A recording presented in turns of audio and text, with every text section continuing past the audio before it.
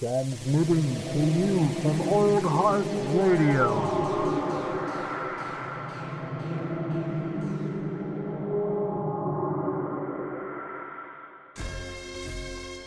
Prepare to have your bones chilled and your hairs raised.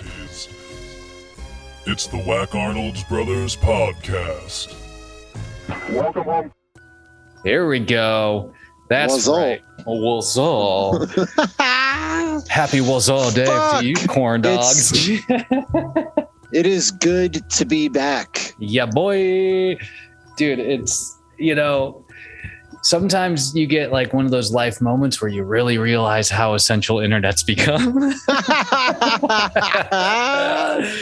I was telling telling Nadine this story, like one of our regulars, like kind of like a senior citizen age regular of mine, overheard me talking to somebody else about like, yeah, I'm really looking forward to getting internet set up at the house. I feel like it'll actually like make it more, it'll feel more like home then, and they I heard this like person scoff at it. And I was like realizing, man, there's got to be some sort of like generational gap where it's like some people don't understand how important Wi-Fi and like totally how important the internet is because they just don't use it as much. But like for people our age and for especially people younger than us, like it's not just an essential thing. It's like a way of life. Right. So that leads us to now, what is this? Episode 50 fucking 2. 52. Yeah. You now have one WacArnold's Brothers podcast for every week of the year. Is it? Wait, I thought there was 53 weeks in a year. No, there's 52. 50. Oh, is there? Yeah. Okay. I think unless it's a leap year. No, I don't know if that's how it works. I don't think that's how how it works. Dude.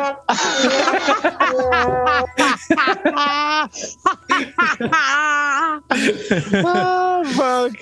It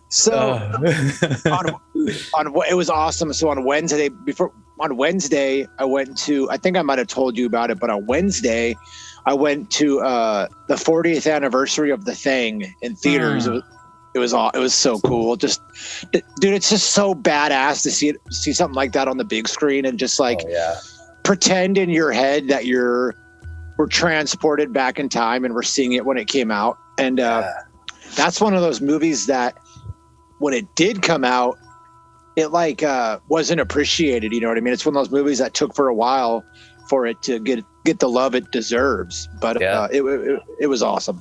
Yeah, dude, you're totally right. Like, I mean, that's incredible. Like what a fucking great experience that had to have been to just like, just be in that big dark room surrounded by all that fucking that noise and all those fucking crazy visuals, especially with a sci-fi movie like The Thing, horror movie like that.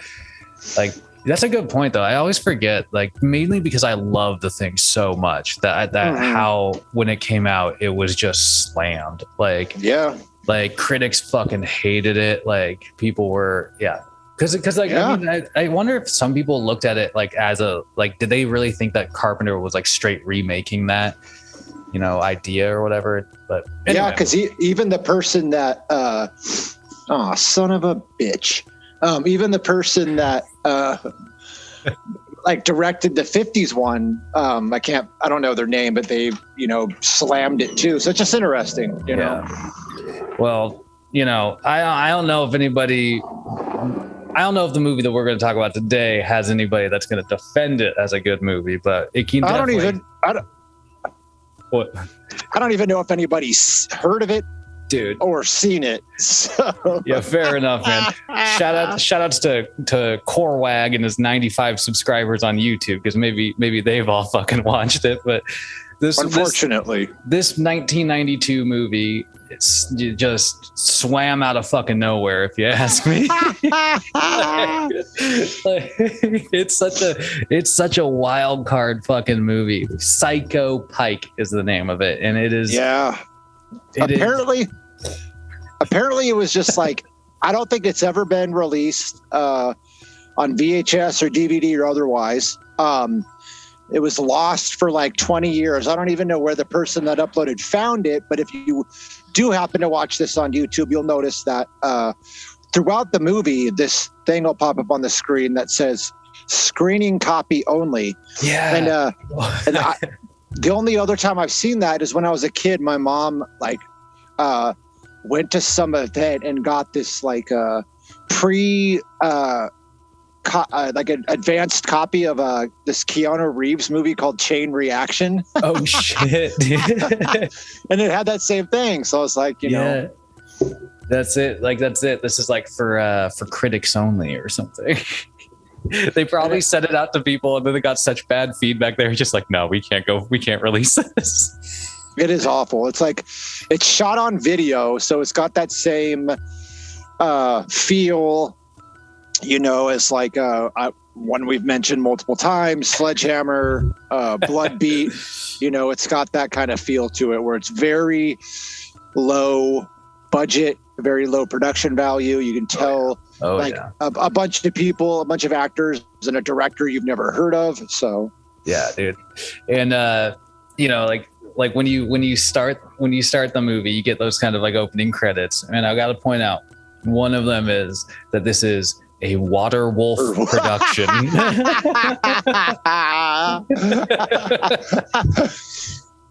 It's like, do they always have to lean into it when they do it with these production companies?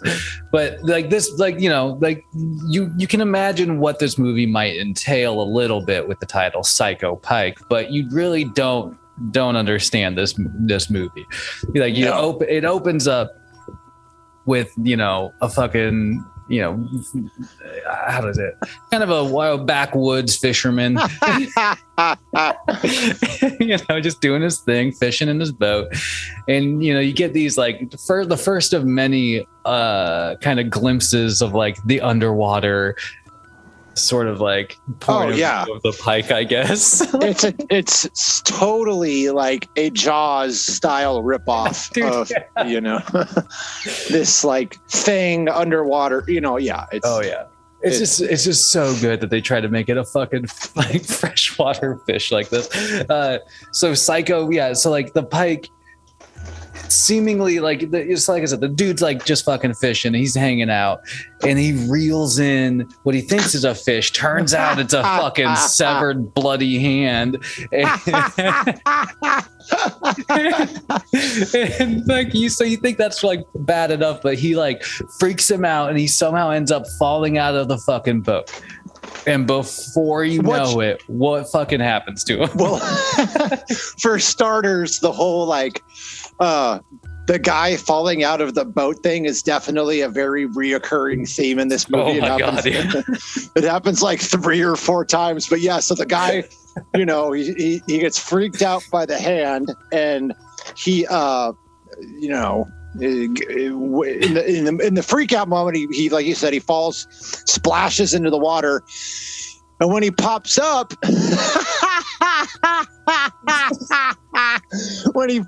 he's fucking he's missing his head. He has no head, and just he's just a fucking bloody stump. He has a bloody stump where his head used to be, and you're just like, what the fuck, man? Like, it happened so fast. You know what I mean? Like, it's just like he's barely underwater for a moment, and then he pops back up, and that fucking fish ate through his goddamn head. Well, technically at this point, you don't know what ate through. You don't know what it is. It starts off so with that kill, so you think that the movie is going to be a lot of stuff like that, but no, it is so slow, and like we talked about before we started filming, it takes so long for it to like pick up. So it leads you off with this pretty great like you know, not the effects aren't that bad, like the practical effects, they're all right. And then I don't know, it's just weird because the rest, like, it just gets so slow for a while. Yeah, it's like it's weird like that. Like I don't know. It goes right from that scene into like a almost like Fall Break-esque fucking like drive montage with like a really like enthusiastic song playing while you follow this Jeep as it's driving to its destination, you know, and you get you know that, and that's when you do start seeing like some of the characters you're gonna follow, right? It's these 2 couples. There's One of them- Tim. Yeah. There's Reggie, Tim, Dara, and Rhonda. Yeah, and there's like some strangeness that you learn about this group, Mhm. where you know, and it doesn't like play right into this scene, but you know, you find out along the way that like, is it Rhonda that was, or no, it's Dara that was with Tim and is now with Reg, or was it Rhonda that was with Rhonda. Rhonda was the one that flip-flopped. So Rhonda was with Tim and now is with Reg. Right. And it just provides us in general just strange dynamic to everything, if you ask me. But Yeah. like so they're driving along. They're getting, it's like a classic setup, really. It's like city folk going out to the fucking woods on a vacation, you know. And so it's like, you know, it's like it's gotta be good. It's gotta be good. But they eventually end up rolling up to like a gas station, like it's like the only store in the area or something like that. Yeah. Right? Before that, Reggie has this line where he's like, "This is going to be the best summer ever." Like, hell yeah, Reg, hell yeah. But you know, like eventually, like like I said, they get to like this gas station, and it's, you know, it's like a one pump place. There's a dude. The best part about it is the dude that owns it, fucking Willie T. One-eyed Willie T, man. He just like tells him this story about how Pike somehow like attacked him and tore out his eye, and then he like, you know, caught it and it's now dangling above his fucking gas pump. This gas station, yeah, because he talks about, you know, we learn that they're at Lake Shipagoo. Yeah. And he talks about how since they reopened the mill, the tourism has gone down. Yeah, then Reggie asks him about his eye. Yeah, when Reggie asked him about the eye, like somebody else was like, "Shh, no, don't do that." You know, he's like, "No, it's okay. I'll tell you the story." Yeah, it's very, very weird. And so, yeah, long story short, they pay for the gas. And as they're leaving, you know, Willie T kind of mentions that the fish are getting stranger and stranger. That's right, dude. What kind of weird, ominous thing? Oh yeah, those fish are just getting stranger in there. Like, yeah. So they end up driving. You know, they leave Willie at his pump and they drive away. But so also while they were driving, one of them is reading. So Reggie's driving. So Tim is reading the angling Bible about fish, and he talks about how pike can grow up to 60 pounds, which seems really like a kind of like a random fact. Right, it does seem like it's just like super bizarre. Like I don't know. I don't know much about fish, but I do remember growing up. You know, there was this guy that was like a family friend of ours, Scott. His name was Scott Watkins, and he told us, we were like camping. We were like, every year our families would try to take a camping trip up to Lake Chelan. Okay. And he told us one year while we were on the lake, like, he's like, there's pike in this water. And back then, you know, as a kid, you're just like, I don't know what a fucking pike is from any other fish. But then he'd tell you that like they would get so gigantic that like one time a school bus kind of careened off the road and you know, fell into the lake, and then some fucking pike ate the kids in the bus. And you're just like, oh, you know, dude, that is like a Lake Chelan, like you've heard that? You've heard like, similar? Yes. Oh my God, dude. The version I heard, though, because the bus crash is a real thing. There's like really? There's like a whole like when you're driving by, there's like a this section where it talks about it. But yeah, I heard this. The version I heard is that they, you know, this bus crashed and all these divers went down to investigate it, and they were freaked out by this gigantic fish that was like supposedly 40 feet long. It was like the fucking Lake Chelan's version of the Loch Ness monster or something. Yes. So, you know, I don't know, maybe pike are fucking huge but either way, like they get back to, so they they end up driving to their like the vacation home spot or whatever, right? Yeah. And you kind of find out some weird things. So like, what is it? Reg and Tim are at one point, they're hanging out on the deck or out in like the dock. And this is when you hear some sort of dialogue about like their relationships. You know, I think. Right. Because Reggie's talking to Tim about how he has to go to different parts of the lake to collect water samples. Yeah. And then he asks, he asks Tim how he met Dara, sorry. And and Tim makes this joke about he's like, yeah, you know those like party phone lines you see on TV? Fucking ridiculous. Such a 90s, like early 90s, like it definitely like dates the movie. Oh, for sure. Well, because like, I mean, they were like huge things, these weird party lines. I never tried them really, but no, you know, but like there was even like, wasn't there like a board game meant for kids? Or it was mostly I think advertised to like girls, but it was like a fake party call line game where you like call different people or whatever. I remember the commercial because it'd be like, ooh, you got Chad. He's the quarterback or something like that. But and sometimes like I remember I stayed up late one night to watch something, and sometimes some of those like it's funny that you mentioned that like game, but yeah, I remember these like phone lines because you just be when you're a teen. Growing up, you'd stay up late to watch shit all the time, and it'd always be so ridiculous to be like, it would like start with some like chick in like lingerie, and she'd be like, "Hi, I'm Tara, and if you want to meet the hottest singles, you know." Yeah, dude, for real. Like they would like, it was like this weird like. I get that they're trying to make this personal, like they're trying to like. Hey, big guy. Why don't you just call us 1-800 number and we'll ask you for your credit card number. Yeah. Oh my God. It'll be cool. Yeah. So that was I just thought that joke that they slid in there, that dialogue was so fucking great about that. But then it kind of transitions because, like you said, you learn a little bit about their relationship dynamic. You learn a little bit about what fucking Reg is really kind of doing. Yeah. And then, which is strange, by the way. Because Tim does have this line where, he after that joke, he talks about how he really met her. And then he makes this line about how she isn't Rhonda, but we're happy together. Yeah, dude. I was like, what the fuck?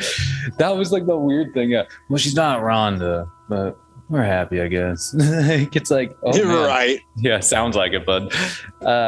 Then this kind of transitions to like, what is it, like the sheriff sort of shows up. Oh my God. Yeah. And freaking, oh man, this goon, dude. He tells Rhonda. Oh God, I get them so confused. Everybody's juggling. It's the short-haired one. Who's the one with the short hair? He's talking to Rhonda and Tim. Yeah. He's talking to Rhonda and Tim about the guy that died at the beginning of the movie. Yeah. And he gets all like heated when Tim tells him like, "Well, haven't you guys dredged the lake?" And he's like, "Oh yeah." He's like, "You don't fucking tell me what to do, how to do my job, basically." Yeah, he tells Tim that he doesn't know shit. It's pretty great. Yeah. And but like, you get this vibe, like obviously off this guy. He's probably a dick. He like leaves on the note of like, I'll be watching you.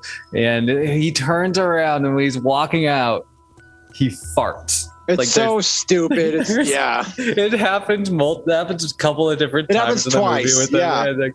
But it's just like I had to rewind it and play it again a couple of times. So I was like, was that what I thought it was? It's just like this really quick. He turns around and it's like, yeah, it's just this really awful like sound effect of someone farting. It's like, Yeah, it was so fucking stupid. It was so strange. I was like, why is that there? It was. And yeah, like you said, it happened. There's a scene later where it happens too, and you're like, what the fuck? Yeah, they're like, I guess you're just really they're really trying to make him an unflattering character or something like that. Yes, I guess. And even the two that he's talking to, like he like farts and walks off, and they're just like, what's his deal? Right. But yeah, so I mean, everything seems to be going cool for all the kids though, because like after that, they all go skinny dipping in the lake, at night and go. Yeah, there's in this skinny dipping scene and before it, throughout the whole movie, like whoever directed it must have like literally just bought like a outdoor sound effect pack or something like that, because there's literally this like a sound effect of a loon throughout like 75% of the movie, and it happens. It's ridiculous. So much. It happens so much. You're just like, they can't constantly be there. Like it's just crazy. They go skinny dipping, and then we get this like kind of funny scene where they split off into their respective couples. And Reggie tries to get some tail, but he's denied. And then we hear through the walls that Dara and Tim are just knocking boots. Oh, dude, they're going hard. They're going hard, man. If that was being filmed, it would be considered hardcore, whatever is going on in that room. Yeah. It's like, gung, gung, gung, gung, gung, gung. But yeah, that's that was kind of funny. It was like the dynamic of like, them just like going at it, like super tough, and then just like fucking Reg just getting denied. Right. But then, kind of like the next morning, there's like, everybody's kind of getting up. Reg is getting ready to go ship off some water samples. And right. You get introduced to well, I guess who you find out later is Willie T's dog. Oh yeah. It's a great big old dog. Like as Reggie started, like he grabs the keys. He, before he grabs the keys, he like has to move one of Dara's bras or whatever, and it's like moment between them where like, because like everybody gets turned on by a brassiere. And then like, he grabs the keys, he goes outside, and like the dog's like pissing on his Jeep. And he, like, super random. It's super random. It's all super random. That's the thing I kept thinking about like most of this movie. I was like, how did they come up with it? Was this just like a spur of the moment decision? Like, let's do this. Yeah. Which even follows into the next scene, because he leaves, and then Dara's like in the kitchen and looks out the window and sees the dog's like in the water. Yeah. And Dara's like talking to Rhonda, and it's like, hey, come look at this dog, as if she's like never fucking seen a dog before. Like the dog's literally just like standing in the water doing absolutely nothing, and it's like you've just seen a fucking tiger in the jungle. It's like, like, oh my god. But unfortunately, Tim and Dara are sorry, it was Rhonda, and she's the one that's like, hey, come look at this dog. But Tim and Dara are boinking again. So yeah, dude, they're out there for a specific reason. I think it has to do with knocking boots. Yeah, but Rhonda, looks away, and as she's looking away, we see that the dog gets killed, attacked, and pulled away by the Psycho Pike. Because when she looks back, the dog isn't there. Yeah. And it's a big fucking dog, so that's assuming that this fish, it like fucking takes out, because they make a mention of it later when like I think Willie's talking about it, where he's like, have you seen my Irish like wolfhound or whatever the fuck? But then it kind of goes into this interesting scene. So this is like where the movie takes like a weird turn, if you ask me, where it's like this like complete plot that you don't, we kind of were talking about this plot that you just don't expect, where it's like, Reg, he walks up to the one phone booth in town for a phone. If you kids don't know what a phone booth is, because they're not around anymore, it's a booth with a phone in it. But that you have to pay to use. Or you can prank call the operator if you want. I used to do that all the time with the payphone across the street from the high school. It was like right out front of the swimming pool at the Eastmont. Cool. Yeah. I would always like go out there and like prank phone call the collect call person. Anyway, That's awesome. So Reg goes up to the booth and there's like this really random character you don't really interact with much at all. Right. And you hear like on the phone, like, I don't know, like being like, I don't want to fucking marry you or whatever the fuck. It was like something about, it was like something about like, I don't even want a husband anyway or something. And I didn't catch any of that. Yeah. Okay. And like, then like literally this character just goes across the street from the phone booth Sits down and just in the background as Reg gets on the phone and calls his like uncle. Who's Uncle Slats, yeah. Uncle Slats. And Uncle Slats seems like a piece of shit. It's like, yeah. He's like running Reggie the mill or something like that. Yeah, right? yeah. Because Reggie talks about how, the lake is a mess and it's being contaminated. And Slats asks Reggie, if he followed his instructions and labeled the samples with another name, and that he's trying to bide enough time until he has money for new equipment for the mill. And he wants Reggie to find clean water and label it as lake water. Yeah, man. It's a scuzzy plot. Like that's shiesty. And Reg, for what it's worth, he doesn't really put much of a fight up in the conversation. Right. He's sort of just like, should we really be doing that? And the uncle's like, oh, come on, man. Like, we just need a break. We'll make the water clean again. I promise. Yeah. Reg's just like, okay. Yeah. And then he even goes to like, after that, he goes to, you see him walking through the woods and he goes to some form of creek to collect water. Yeah. So he's going along with this plan, apparently. Exactly. He's just immediately like, fine. Like, okay, well, I guess Uncle Slats knows what he's talking about. So, and then, it's funny, like, he's like always Reg is always carrying around this cardboard box full of water samples. And so, like the next scene, you see him kind of like with his cardboard box. He's like walking up to the dock, and it's like, hey, Tim, you want to go out for a fucking fishing ride or whatever? They grab a boat. Yeah, a fishing ride. That's not a thing. You can tell I fish a lot. But like, it's just like, it's like strange because like they go out to go, fish and hang out in the water. It is such a long, drawn out, miserable, slow scene. The only real thing of note that happens is that they have a note. They kind of like continue their conversation from earlier, where Tim talks about how it's hard to see Rhonda and Reggie together. Reggie really doesn't want to talk about it. And then we get this scene where Tim catches a dead fish, and he's excited to. They're excited to head back and show the girls. Yeah, dude, that's what I was like. It's like such a weird sequence because, like you said, it's so drawn out. That at one point, one of my favorite pieces of dialogue was like, I think it's Tim. He hands Reg like a lure for his fishing setup.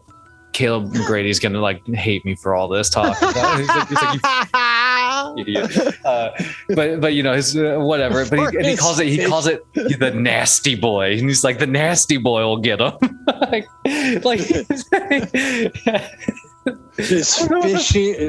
His fishing setup.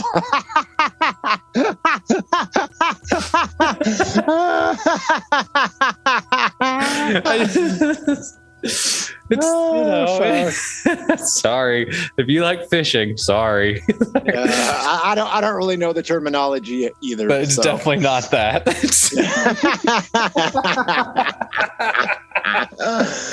Oh my god! But you're right. Like, so they get really stoked about taking this dead fish that they pulled out of the water back to the girls. Yeah. Which is a weird train of thought if you're thinking about it. Like, that's got to be like, that's not right? Oh yeah, I pulled this dead fish out of the water. The girls are gonna love it. Right. But also, before they take off, like, Reg is doing his due diligence. He's like making it like look like he's taking samples out of the lake, So he like grabs a sample and then they jet off. Yeah. But once they get back to the dock, they're I would say they weren't received as well as they thought they would be. Yeah, because Dara is kind of annoying, but she talks about how disgusting the fish smells, and there's like this whole there's like this line where he's like, "Oh, it's just a little ripe," and she's like, "No, bananas are ripe. That fish stinks," and it's like so.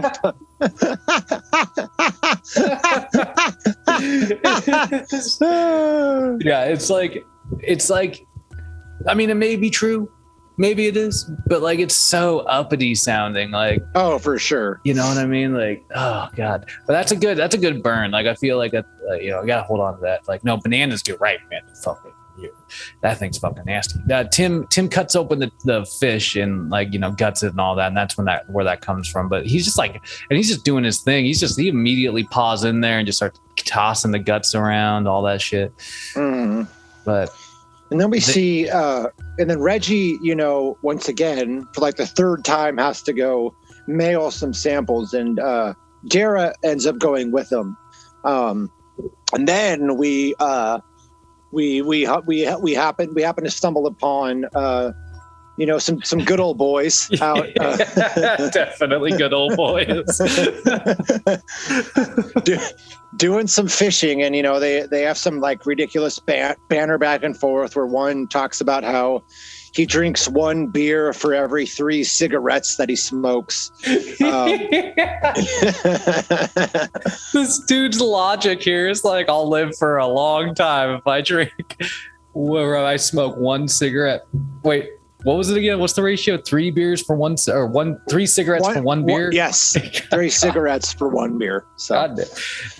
Apparently that's the magic number. But I guess you're right. And like in classic fashion, like the really good old boy, like the older of the two, he's like got like a smoke hanging out of his mouth as he's like, just fishing away, and he pulls out like a fucking big, like pretty big fish, Mm-hmm. I think his friend, friend's like, that's 10 pounds. And he's like, 10 pounds, that's 15.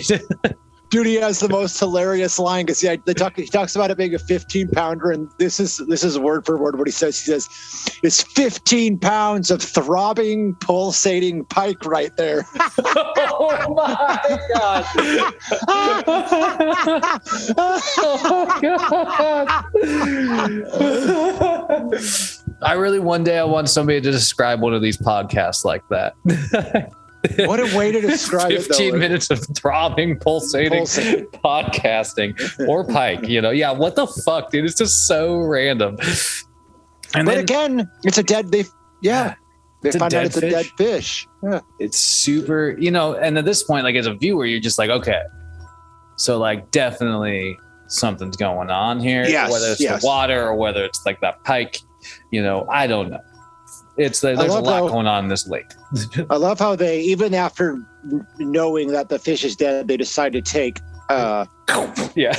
pictures of it, and to the point where they're taking pictures of it, and the one guy like takes his cigarette out of his mouth and puts it in the fish's mouth.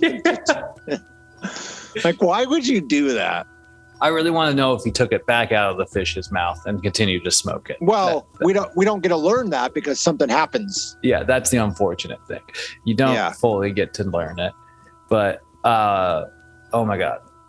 But what happened?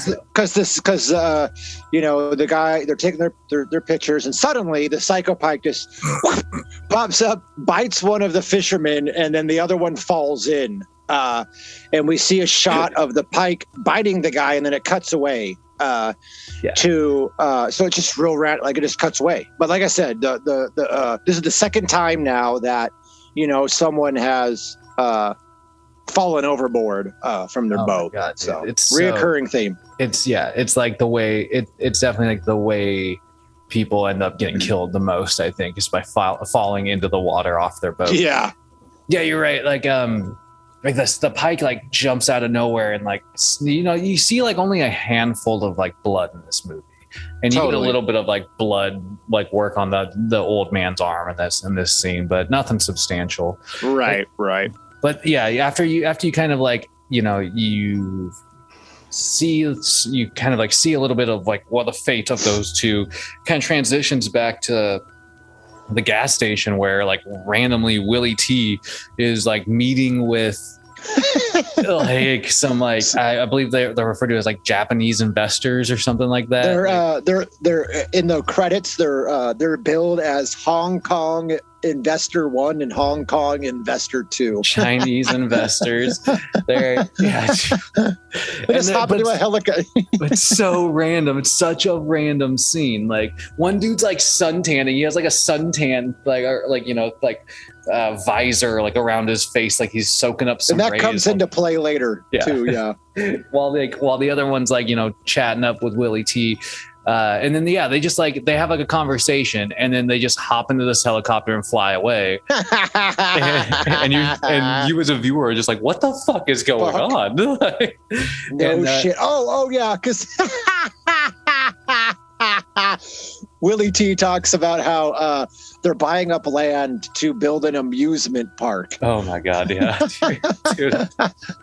Of course they are an amusement park.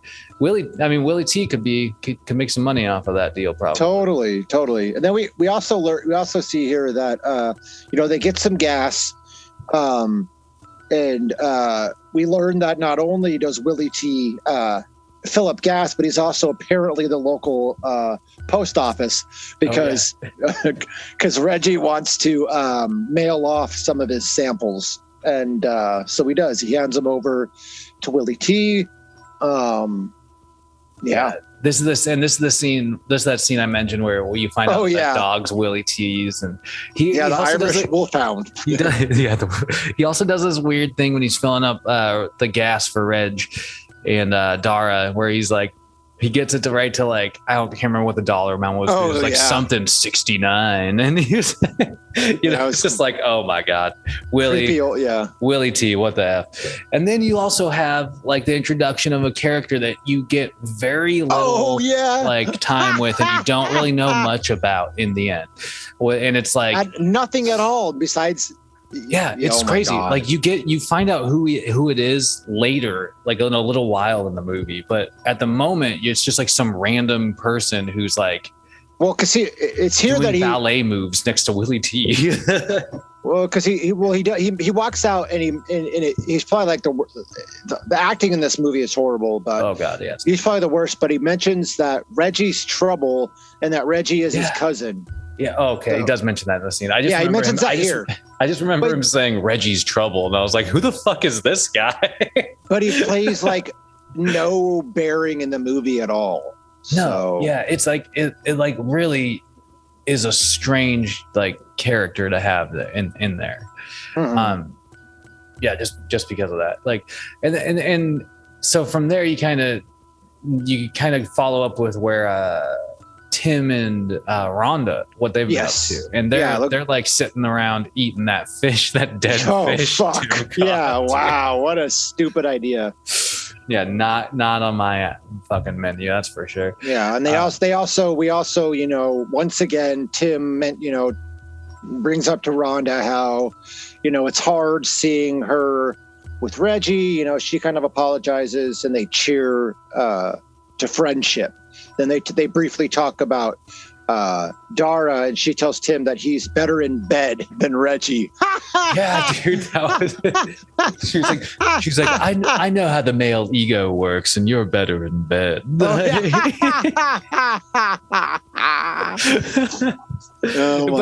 I mean, like, he has like kind of a negative reaction to that, where he's just sort of like, I don't want to fucking hear this shit, like you comparing us and stuff, because reality is, I mean, that is kind of like a dude's like nightmare situation. Like, I don't want to be compared to like somebody else. Just, you know what I mean? Nobody wants to hear if they're good or better or worse or whatever. It's like, cool, dude. We've all fucked people. We've all fucked other people. Okay. I get it. But anyway, so this, kind of ends in that segues. Weird yes. And then it kind of picks up at a, kind of campfire situation where Reg has got that classic pose. He's kind of stretched out with one knee up, and he's like sipping a beer, by the fire, looking all cool. Rhonda gets sick and she leaves to throw up. So she ends up leaving. Tim's belly seems to like kind of get gurgly in this scene. Yeah. So Reggie leaves to join her, and Dara tells Tim that she's going to go warm up the bed, and he ends up throwing up as well. Yeah. And so it's not really anything. It's another scene that just time waster. You know it's what I mean? Just all filler, weird filler. So we go to the next day now, and the group they're playing a nice little friendly game of frisbee, while Tim's getting ready to fish. Oh, yeah. And then Dana has another really weird kind of uppity dialogue about how so she talks about how she's curious about how fishes have sex. And Tim talks about how fish fertilize and they don't actually do it at all. And she makes this hilarious line where she goes, "Sounds like me and Reggie." Like, she is terrible. Like, I don't know if it's just like her humor doesn't play. I don't know if it's the presentation. That's what Rhonda says. Sorry, not Dara. That's what Rhonda says, obviously. Yeah. And it's just so random. And she also makes a comment where it's like, I'm not gonna be getting in that lake. It's like, it's just a. That's Dara. That's Dara. Is yeah. It? Oh, yeah. Okay. Because she mentions how she doesn't want to swim because of the fish, and she doesn't want to get bitten. Yeah. Yeah, that's right. Oh, pike have teeth. And then Tim ends up reeling in another dead fish, and this is where he kind of mentions to Reggie, he thinks something weird's going on. And Reggie kind of plays it off. He asks Reggie what's in the water, and and brings up the mill, but Reggie tells him to relax. You know what I mean? And then Reggie ends up heading back to that payphone booth yet again. And in a really weird scene, we see that as he gets to the phone booth, that same fucking person that was like at the phone booth before is still just like chilling back there. It's like, what? Hanging like, there, what is this? I don't understand what is happening, And then and when he gets up to the phone booth, it's like there's a different lady in there, right? And she's right. Ranting about like, you come fucking take care of this situation or whatever. And she hangs up the phone, turns around, tells Reggie, like, what are you looking at? You want to get slapped or something? And like, Reggie's like, well, whatever turns you on. Oh my God. I forgot about that. And then he calls Uncle Slats again.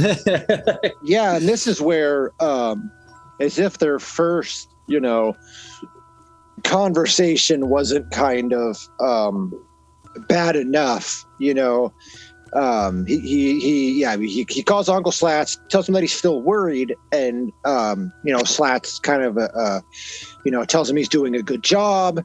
Yeah. Reggie asks him if he's seen any of the fish or heard any fishermen talking about it, and Slats reminds Reggie that this is where it's getting. Slats reminds Reggie, that they're in this together now. Yeah. And that he also tells him that at some point, Reggie's going to take over the business. It mentions the money. And this is when Reggie, agrees again that, he's in. Yeah, that's how he caves, man. Slats knows his weakness. He's like, because you find out like during this whole conversation, it's like, like his kid, who's that, who you got introduced to earlier. He's not in. He went and studied some fucking ballet or something. And he's out. Like, and like Slats has it out for his son there. And then he's like, he's using Reg. He's like, you can be in my will. Like, I'll leave it all. Like, I'm gonna leave it to you. You're gonna make mountains of cash. Like all this. Yeah. Shit. But it's like that has happened in so many movies where this character like does one thing and then the other person's like, well, you're in it now, and if I fall, you're gonna fall with me, so you might as well continue to do what you're, you know what I mean? Yeah, so follow it through. Yeah, he's basically coerced into continuing this ridiculous plot with Yeah, and so it's funny. So like, you know, once Reggie hangs up the phone with Uncle Slats, he like, you see not only the lady that presumably has been sitting there for like 2 days or whatever, but like the lady that just got off the phone right before Reggie is now sitting on the hill behind him by the phone booth. And so he just like, what the fuck is going on over there? And then it transitions into like a scene with Tim, I believe, right? Where it's he's out on the boat and he like gets another fish, cuts it open. You know, he's just Tim's intent on figuring out what's going on. Totally. You know, because he's like cutting open this fish and it like makes it look like, you know, oh fuck, this one stinks too and stuff like that. So yeah, he even goes as far as he puts some of the insides of the fish into like a Ziploc bag, and he gets a water sample of his own. So yeah, he's definitely knows that something is up. Yeah. Which is kind of funny, like the idea, like he's just like, fuck it, I'm gonna get my own water sample and send it out. It's like, how, like, where, like, it's 92, okay? You're gonna go to like the one like postal office ran by Willie T over here, and he's gonna just like send off your water sample to some unknown company to like take care of and send back to you. How long are you on vacation here? I don't fucking know. Well, yeah, I guess that's true because I guess they never really establish how long, you know. That's a good point. Yeah, but one of my favorite scenes happens in this coming right up off this scene. Oh my God! And this is when you follow up with the Hong Kong investors. So the Hong Kong investors are chilling on the dock sitting on the dock of the bay. On a dock in the bay. and the one dude's just still fucking hanging out, collecting his solar rays, getting his facial tan on. Super random. And the other dude, just like the dude with the ponytail who's talking to Willie T, like stands up and just takes off his shirt and starts practicing some fucking, I don't know, like some Tai Chi poses or something. Like some Taebo type shit. He even does like a crane kick pose at one point. So, you know, shout outs to Karate Kid, I guess. But but you know, he also doesn't seem to be very well practiced because he loses his fucking balance and falls into the goddamn water. Of course he does. Of course he does. And this is when the Pike attacks. So the Psycho Pike fucking takes him out, and then my God, just like it's probably like the best death so far because Psycho Pike basically clenches his jaws around his throat. It's a cool shot for like how quick it is, but it's totally. Cool. But then better is what happens next, right? So like, oh my God, dude! The second Hong Kong investor, it like immediately is just like like in a fighting stance, like on the dock as the Pike is just like being just. I imagine like whoever was working was just like throwing the fake fish, you know, just like over or at the dude in general. But oh my God, the fish is like flying at the guy, and he's like bowed up, like he's gonna fucking like knock it out of the fucking air, you know. I'm surprised they didn't have that sound effect, but they did have that. It's kind of hard to imitate, but they have that sound effect like of something like whooshing through the air. Where it's like whoosh. Yeah.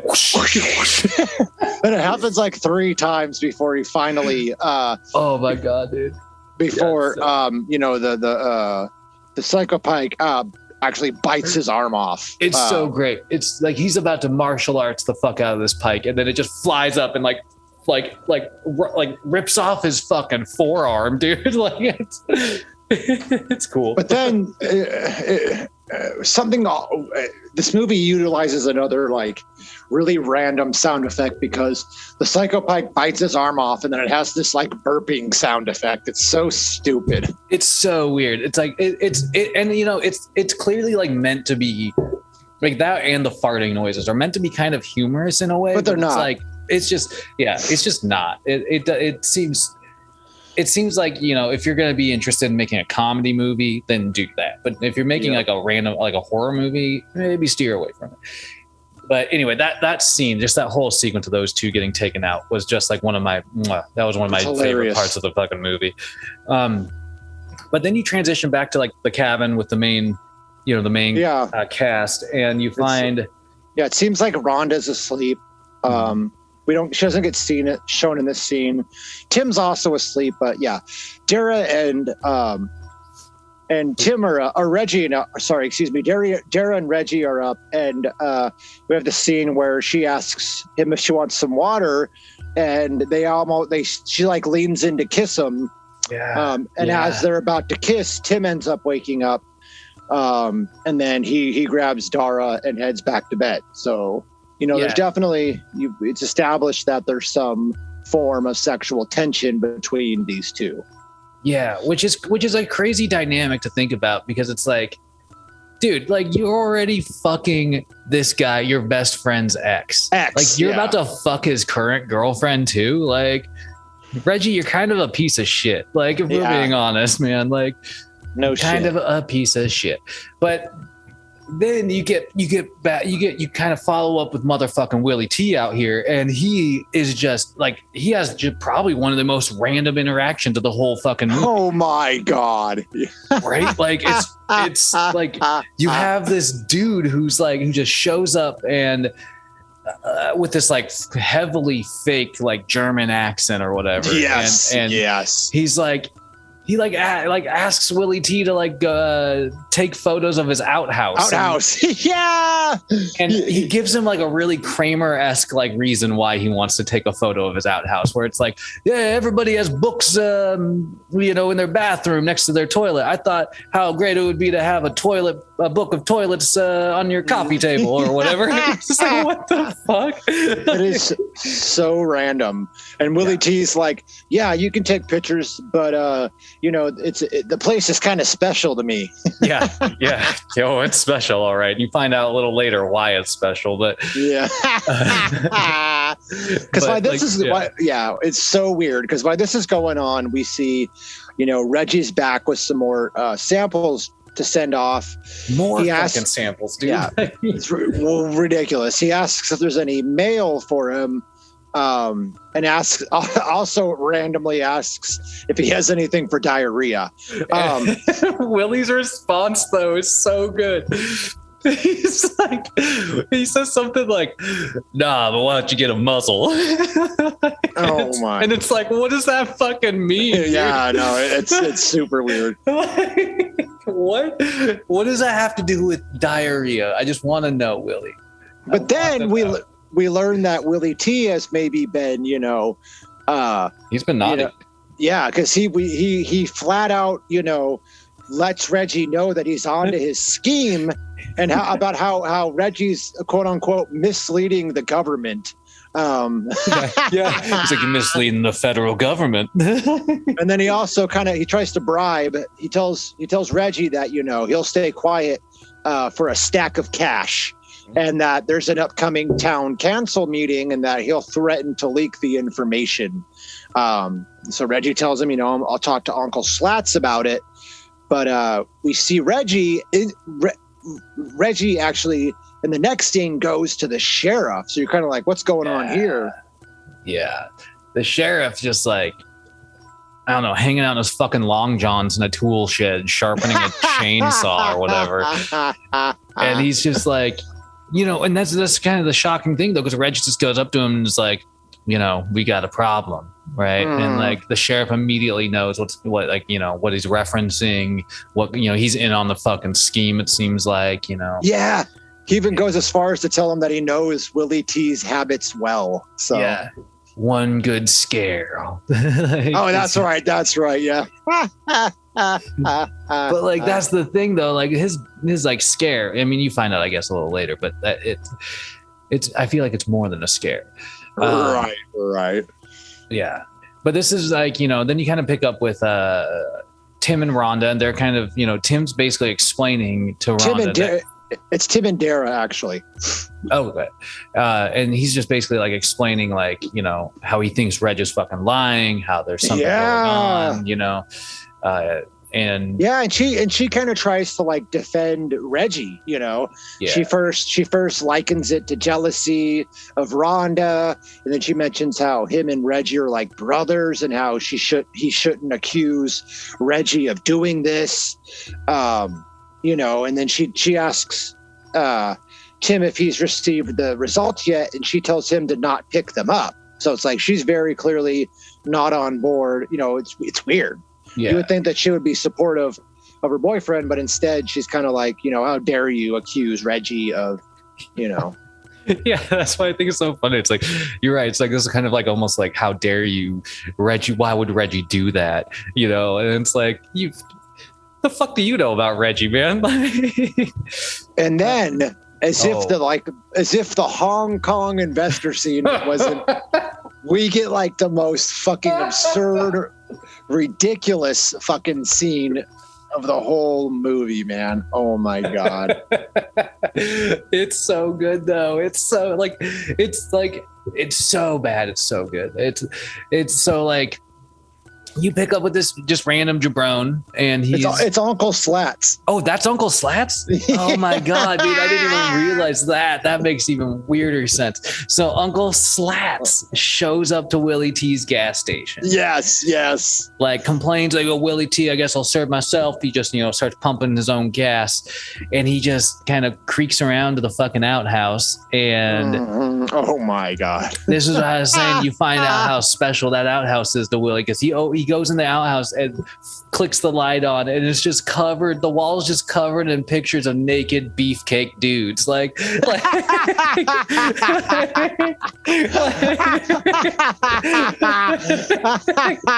it's so fucking random. There's also even more random. There's also a picture of Reggie's cousin, like a Polaroid of Reggie. It's so weird. But before that's not even it. That's before Uncle Slats can really, you know, get used to his surroundings, he hears this beeping sound. He flips up the fucking lid of the goddamn outhouse, and there's a fucking bomb in there. And I will tell you this: I as far as this movie goes, I didn't know what to expect, but I did not expect that there was going to be a ridiculous, over-the-top explosion scene. No. I did not picture that either. And just, kaboom, dude. That it's like a classic like bomb too. It's like a couple sticks of dynamite, and like like Wile E. Coyote put it in there waiting for Uncle Slats, you know. But yeah, it was so random. Like, I cannot even begin to describe. Like, you have to watch the movie to understand how random this scene is. But it's just and then so it kind of and then it kind of it's amazing. And then it kind of picks up from here, because we have this scene where Reggie and Dara are swimming together. She takes her top off. They start kissing. Ooh la la. And then she starts like dipping her head underwater to like toy with him. And we get this weird scene where, you know, she kind of bobs up and down for a while, and you hear this like sound effect of like something splashing in the water, and then she just disappears. And Reggie just fucking, you know, don't know where she went, but I guess I'm just gonna, you know, get out of the water and leave now. He's just like, well, visually I can't see her. Oh well, I bet she'll come back. Like, it's just so crazy. Like, wow, like as a person, I would never, like, if I got in the water with somebody and I didn't see them, I would not walk away. I would be like, where the fuck not is at all this person? Like, it even goes further to prove that he's just kind of a piece of shit. And like, there's all, like, you know, in this scene, and it happens a few times in the movie, there's these like, you know, shots where it's, you know, somebody like holding a camera like really close to the person's face. It's kind of unsteady, so, you know, it's sort of it's weird camera angles and shit. But you know, it's a screening copy only, so it's okay.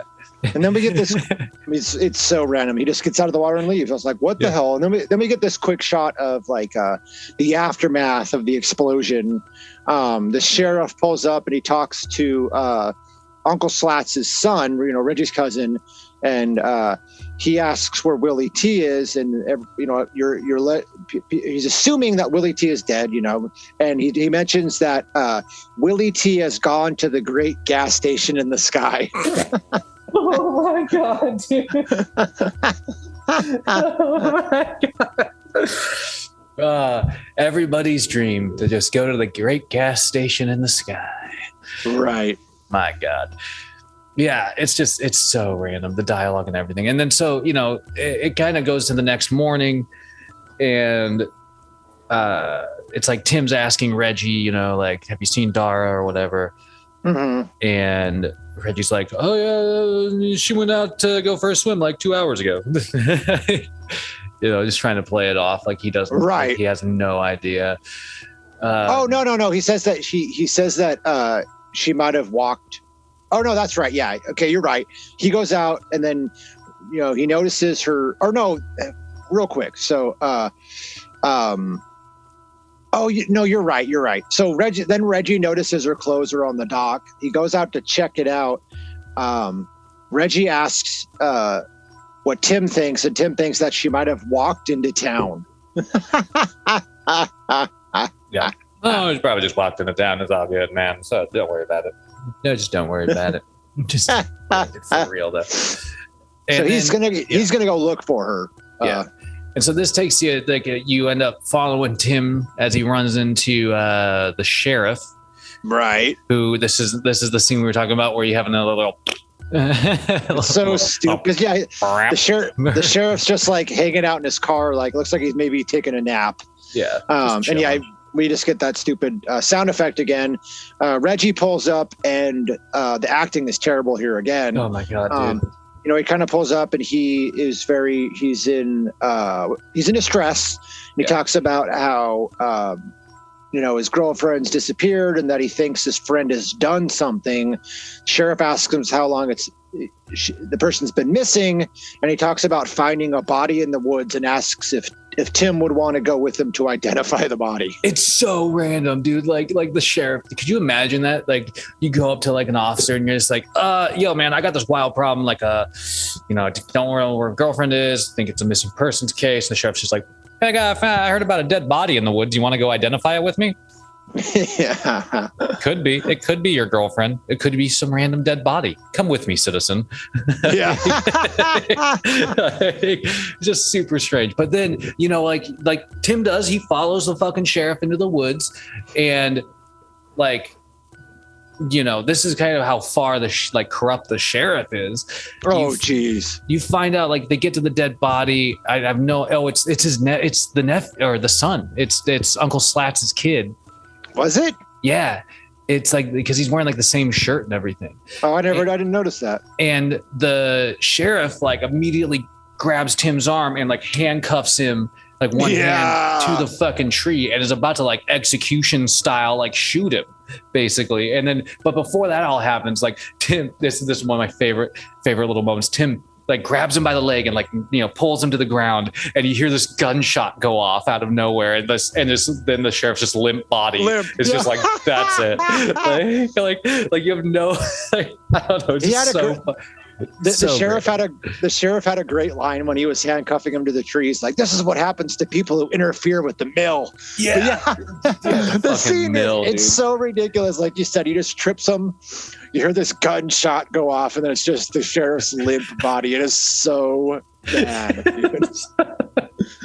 It's amazing. It was terrible. And, you know, but you know, Tim scrambles. He gets the keys to his handcuffs. He frees himself, goes running out of the woods, and gets back to the vacation home where he finds fucking Rhonda, right? Rhonda and Reg. Yep, in the they're boat. on a boat. Yep. And you know, this is where he's like, you know, freaking out, being like, you know, Reggie, what the fuck have you done? Where's Dara? Yeah, where's Dara? And in a hilariously bad acting, Rhonda is like, "What's going on? What's going on? What's going on?"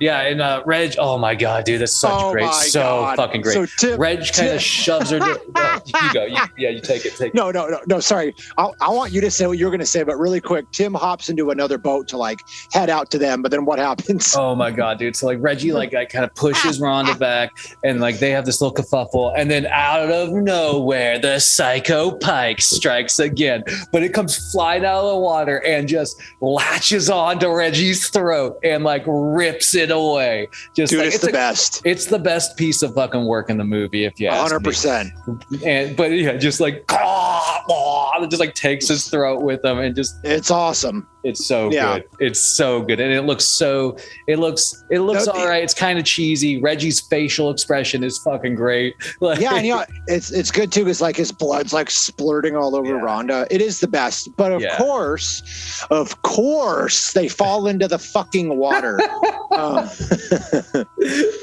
You can't avoid it at this point. The Pike's going to town on Reg at this point, and Tim, I don't think Tim had realized this yet, because he actually jumps in the water and starts swimming towards Reggie to probably confront him, while Rhonda climbs into the boat that Tim had. So she frantically yells for Tim to get out of the water. Yeah, she's like, get out of the water. he does, and then dude, it's just like, so we kind of talked about this before we recorded, but the movie's called Psycho Pike, and the fish is barely in the movie. Yeah, I thought it was going to be a movie about this killer fish, but it's more like this like shitty like corporate espionage movie with a subplot of a killer fish. And not only that, but the way the fish gets dispatched is like the worst, the dumbest fucking like anticlimactic way, because they start the boat, and as they're driving off, they just happen to run over the fucking Psycho Pike, and the motor shreds it up, and that's the death of the fish. Yeah, dude, it's like it doesn't even seem like it's on purpose from their perspective. It's like they're just trying to run away, and they just happen to take it out on the like. Oh my god, it was so lame. It was so. Yeah, like you said, anticlimactic is the word for it. You're just like, okay, and I guess that's the end of the Psycho Pike. Or so you think, but we get this awesome scene where it shows like a group of these random people walking, and they're walking by the remnants of the gas station as Willie T, who's still alive, triumphantly climbs out of the fucking charred remains.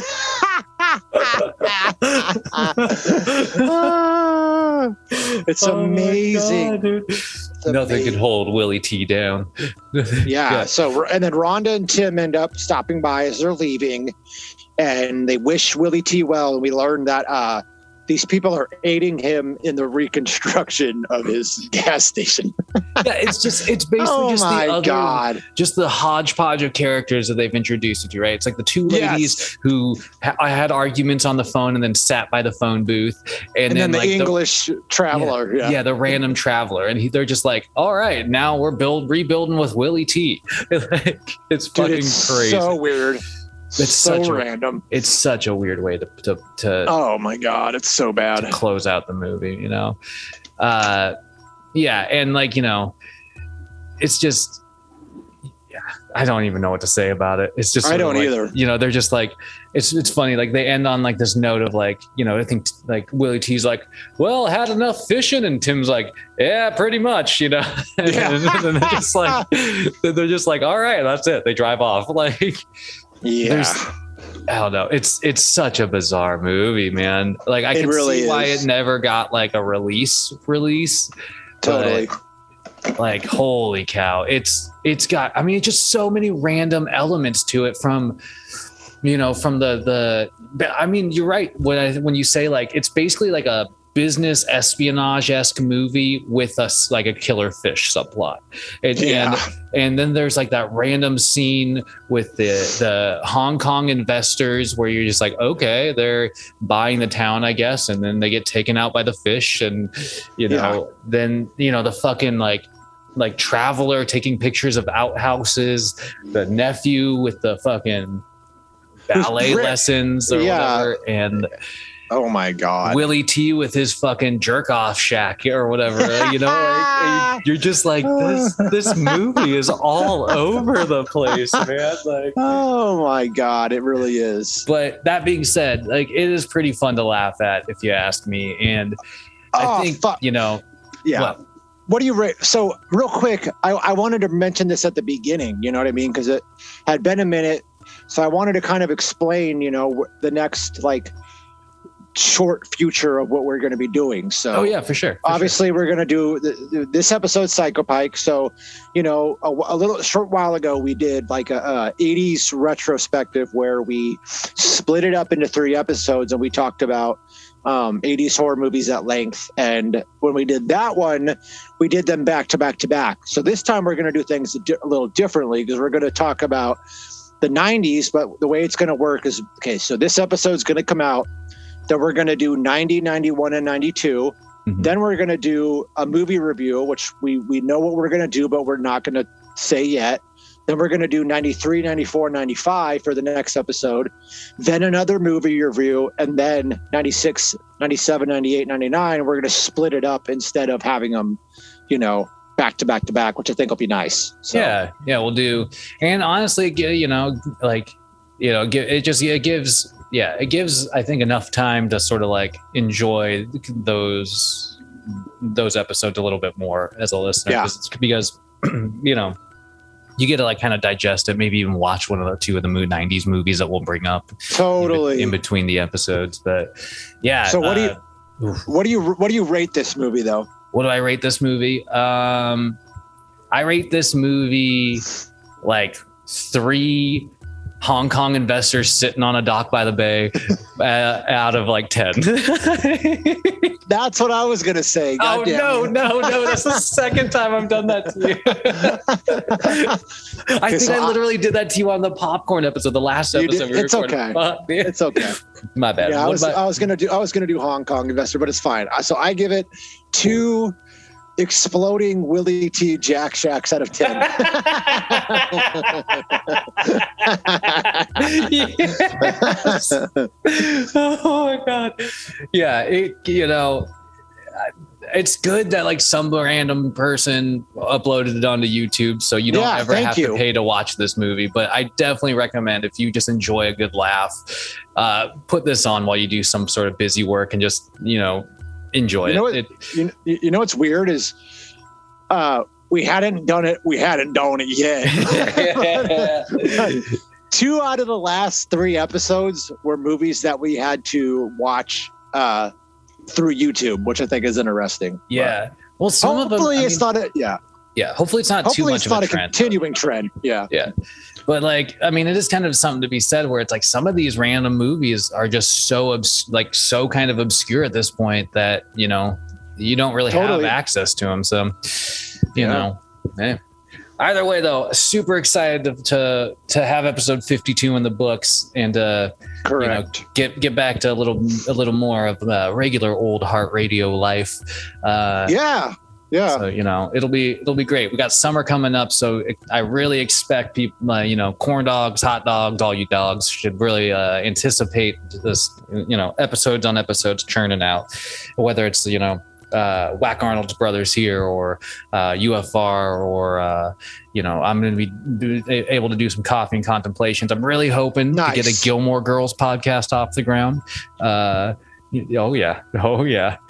I remember back in the day, Katie Frazier getting me to watch that show and actually enjoying it. It was well written. It was well acted.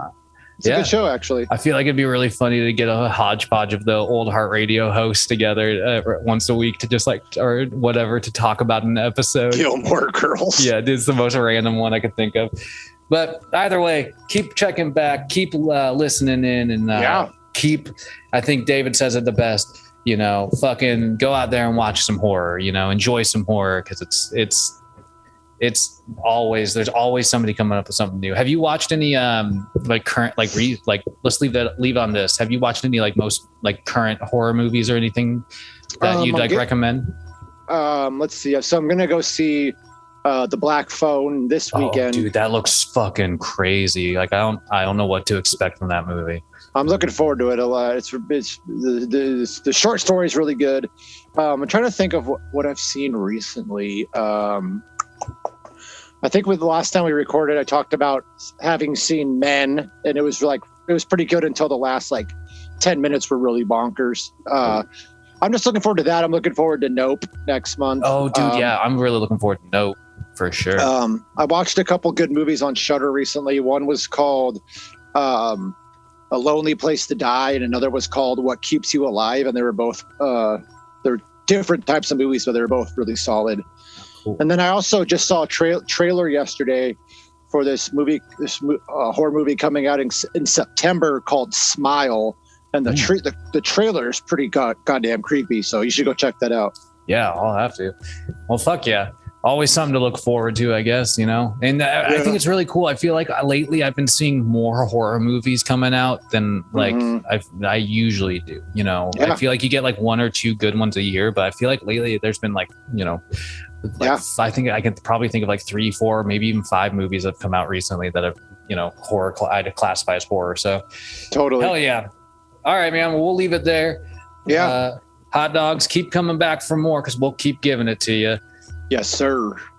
And I guess we'll see you later. Yes.